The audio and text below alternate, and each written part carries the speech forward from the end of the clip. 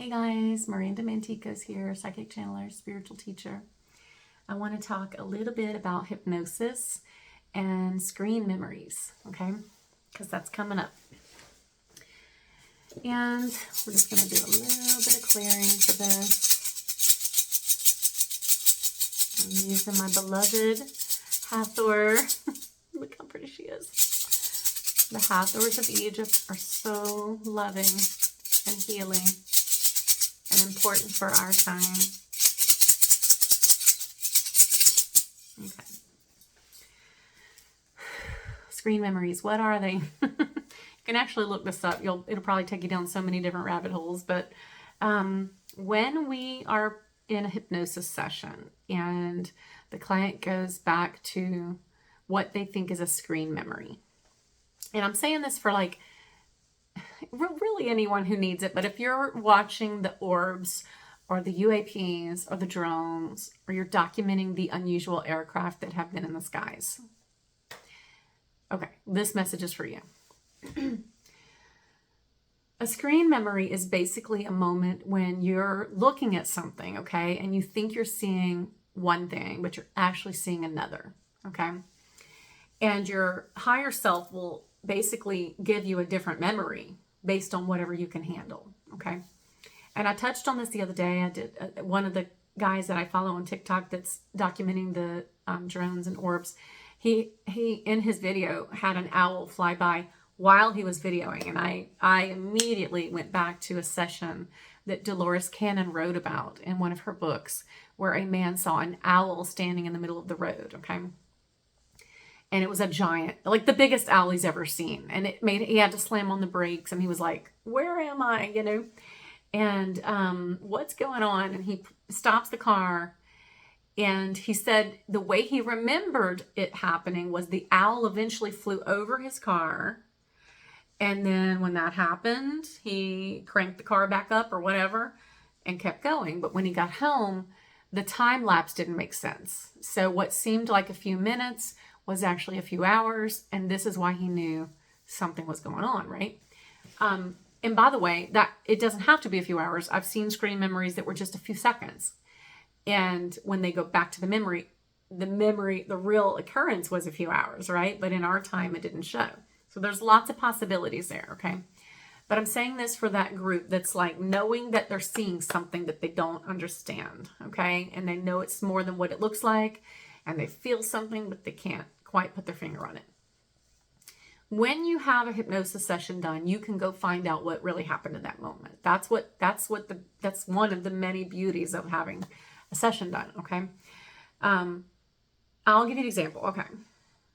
I have a friend who had a memory of going to the grocery store, okay, and having a bird land on her arm, a starling, okay? Like it literally just landed on her arm. She's going in the grocery store, lands on her arm. This amazing experience happens with this bird. She's talking to it. It's doing its little thing. And this goes on for like some minutes where it just sits on her arm. She ends up talking to this guy. He notices the bird. They start talking about nature and plants and all the things. Long conversation ensues there. And that's how she remembered it. But she always knew it was special. She didn't know why. So I said one day, we were teaching a group class. I'm like, want to go find out what happened in that moment? What really happened? And when we went to the moment, the man was an interdimensional, not a man, who made himself look like a man. And the moment was something altogether different. And then they had the real conversation of what transpired there. And essentially, from his perspective, he was coming in to see how he would be perceived by a human. And by the way, same thing in Dolores's book. When you go back to that memory, the extraterrestrial who was that owl, okay, who the man thought it was an owl, was not an owl. It was an extraterrestrial being from another realm coming in to interact with that human and see how the interaction went, like to see if it would go smooth. There's no harm done in these moments. It's just love, okay? But it's the reason why the higher self doesn't let you remember exactly what happened is because they don't let you remember it until you're ready for it. And then one day you're going to go back to that memory and you're going to be like, something happened here. What was it? Okay. So Screen memories are real. And the reason why I'm bringing this up is, once in a while, someone will say, well, that's just a drone, or that's just a plane, or whatever they think it is. I've talked about this a lot, but I'm going to say it again. Okay. Sometimes yes. Yes. Sometimes no. I literally was driving, taking my normal route to work today. Okay. So I'm live very close to the lake, okay? And then anybody who's from New Orleans knows we have canals everywhere here, because really we're under sea level here, okay? Which means this is a huge giant portal, by the way, which, yes, everybody's dealing with that energy here. So I'm going to work. I'm coming down the same little path I always take, same road. I passed up one of the canals, which is a cross canal. It's kind of a small one. And then there's a bigger one that you pass in the same route that I always take, okay? And I see what looks like a commercial plane. And I'm driving. I can't video or anything, okay? But I know it's not. One of the ways my guides will show me is it'll go so slow. It's going so slow that it would be impossible for the plane to have lift, okay? And just think about the physics. If I'm going 40 miles an hour this way, and it's going 100 miles or however much speed it has to have to keep lift and to keep basically moving, the crossing would be like this. It would be so fast, but it's not. It's like the plane is just hovering, okay? And I do have a few videos showing that. I'll try to go back and find one. I had a good one that I got 2 weeks ago that showed this plane just not moving. It's just sitting there, okay? But so as soon as I see it just hovering, I'm like, all right, what are you? I'm looking, okay?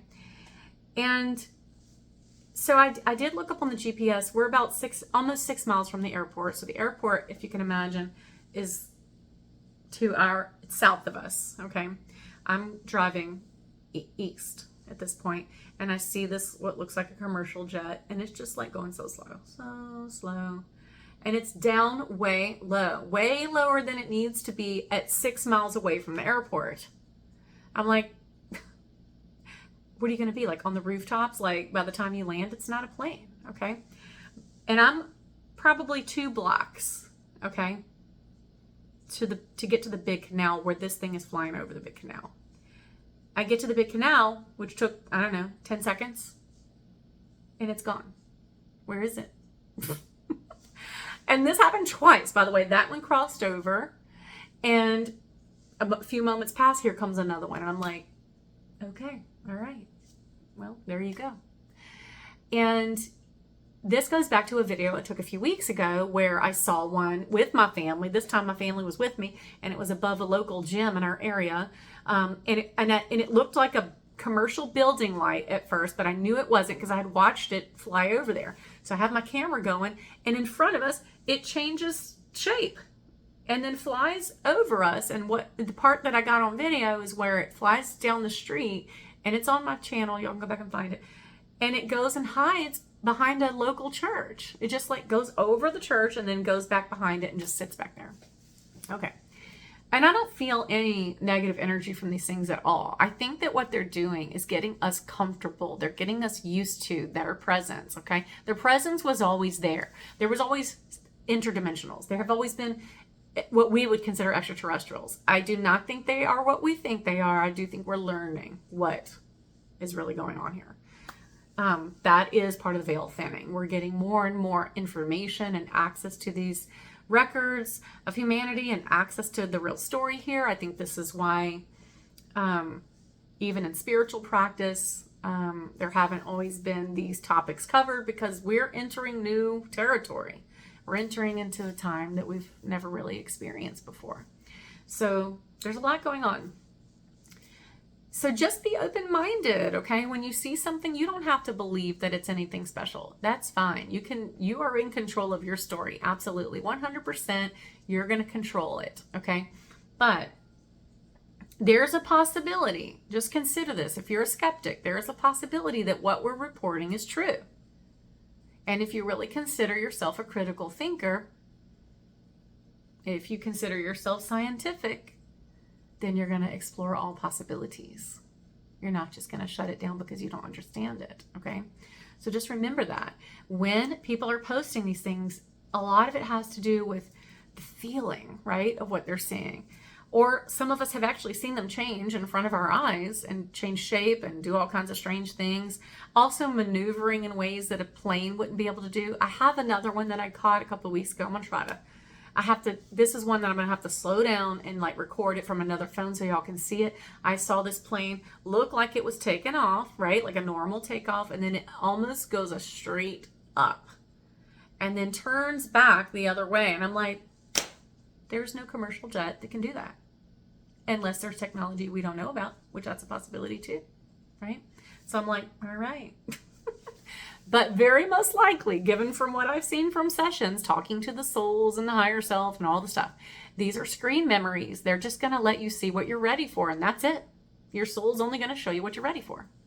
If you're open to the possibility of more, you'll see more, okay? And if you request to see more, you'll see more, because that means you're ready. So that's all I have to say about that. I don't know who needs to hear it, but maybe it's going to help, because I think it's natural to be skeptical. I do think there are regular craft in the sky as well. I just feel like there's a whole lot more going on with these craft than the general public realizes as well. And so when we feel skeptical, I think it's understandable. But